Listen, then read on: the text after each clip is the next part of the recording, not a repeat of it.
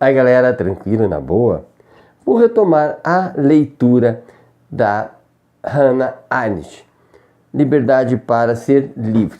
Por que vou retomar? Um cidadão, esse vídeo chega a ser homenagem a ele.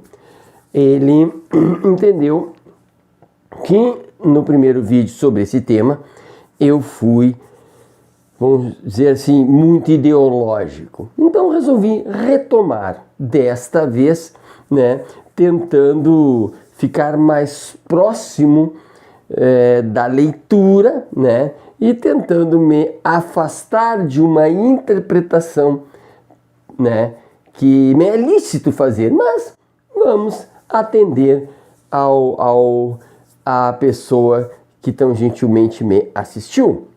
Pois bem, do que trata esta obra? Ela vai refletir, isso foi no final da década de 60, ela vai ali pensar as revoluções, a francesa e a Revolução Americana. O tema é atual, apesar de ser da década de 60, e vocês verão por quê. Ao tratar das revoluções, ela vai fazer alguns apontamentos interessantes. Por exemplo, na Revolução Francesa havia um povo faminto, havia um povo em sofrimento, sem as condições mínimas de serem cidadãos, né? Então, ela imagina que as revoluções, elas podem ocorrer a partir deste fundamento, vamos chamar de um fundamento pré-político, que é pela ausência das condições mínimas de sobrevivência de um povo. Alimentação, moradia, saúde, né? E, portanto, seriam dessas condições que poderia eclodir uma revolução. Diferentemente dos Estados Unidos, que a Revolução Americana se baseia num momento diferenciado, comparada à francesa, porque a francesa faltava tudo. Já o povo, os fundadores dos Estados Unidos não tinham esta condição tão paupérrima.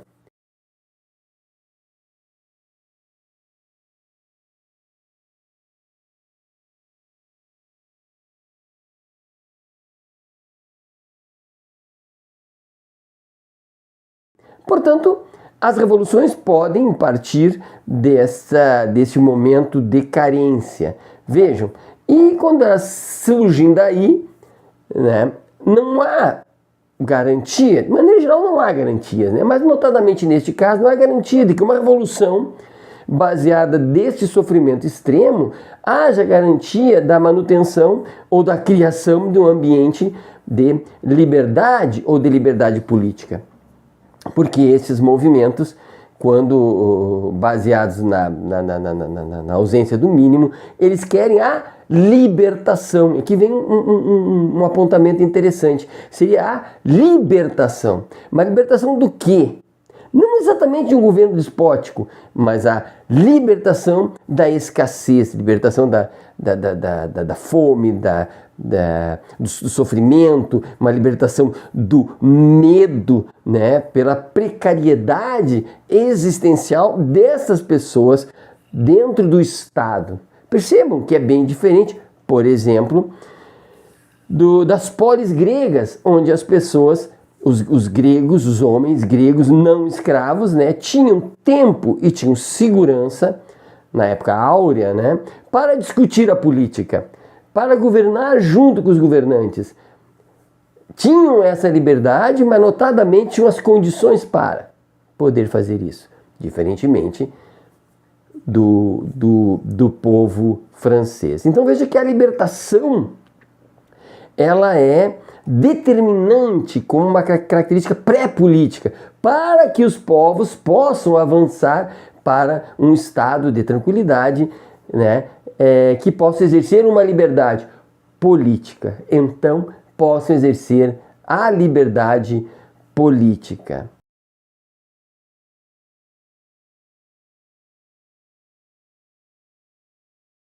A liberdade política, ela ocorre após, vamos imaginar assim, alguns países que já têm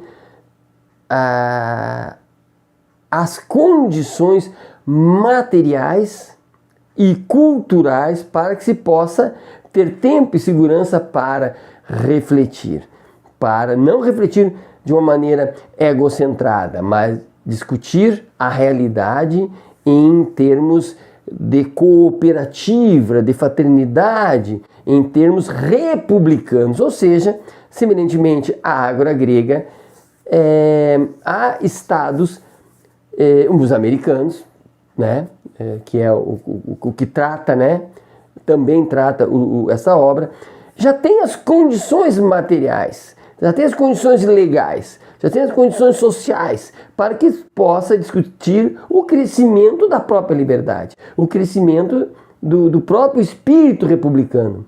Diferentemente, inclusive, daquele ideal da modernidade, que era aquele ideal do indivíduo, né? Então, era a liberdade, era o indivíduo fazer aquilo que o indivíduo queria fazer. Tanto mais livre ele era para fazer o que queria fazer, tanto melhor. E se imaginava, evidentemente, que toda uma sociedade livre para atender seus próprios interesses fariam a sociedade crescer e se desenvolver, permitindo até a competição. Então a competição é boa, os modernos, mas não é o que a Arendt está propondo.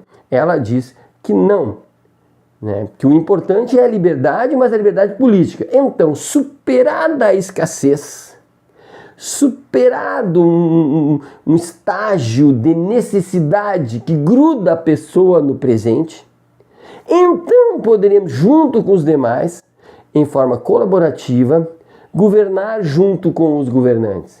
Vejam que só as pessoas que não estão presas no hoje, na fome em que impera hoje, no medo que impera a sobrevivência hoje, as pessoas, só essas que superaram, podem se reunir, podem discutir uma sociedade melhor, mais justa, mais igualitária e, portanto, não precisam mais de uma revolução violenta, né? Ao contrário, através da discussão as coisas evoluem.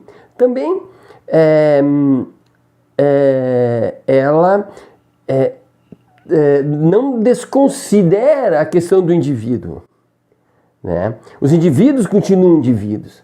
Os indivíduos continuam tendo opiniões, né, próprias. O que acontece em função disso é que as minorias, nesse ambiente de liberdade política, eles podem ter opinião mesmo sendo minorias, não serão perseguidos.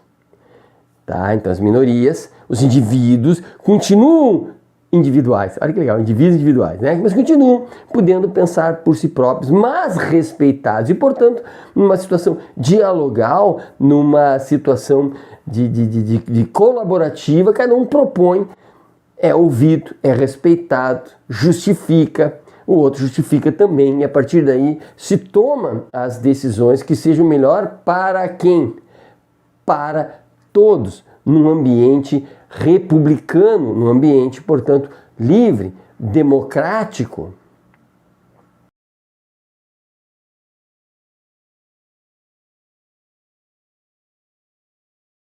Por que que a Revolução Francesa, ela os revoltosos, pensando na libertação, acabam caindo no despotismo, ou seja, não conseguem construir a liberdade, do ponto de vista da Arendt.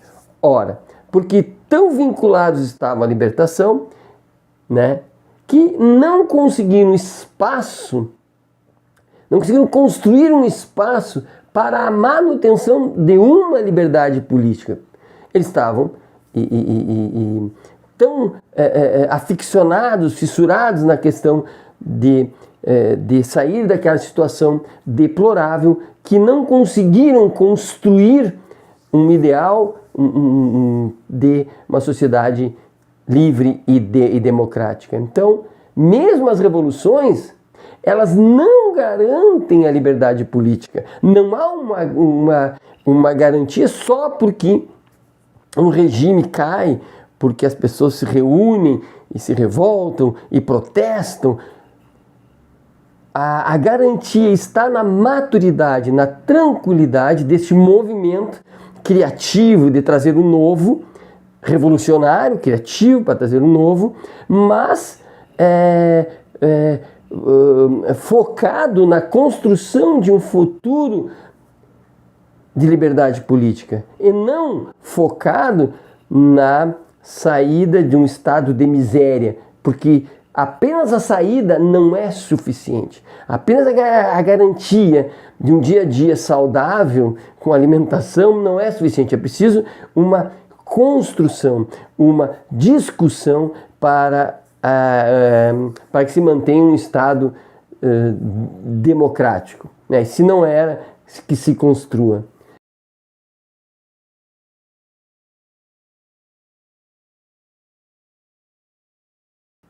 Encerrando, portanto, liberdade para ser livre significa, primeiro, a superação, tá? Da miserabilidade, a superação de um momento pré-político, né? Que seria as pessoas não terem o mínimo para sobreviver e para poder pensar, refletir, estudar, se organizar, né? A superação, então a libertação primeiro, uma liberdade primordial para que se possa ter uma segunda liberdade, qualitativamente superior, que é a liberdade política.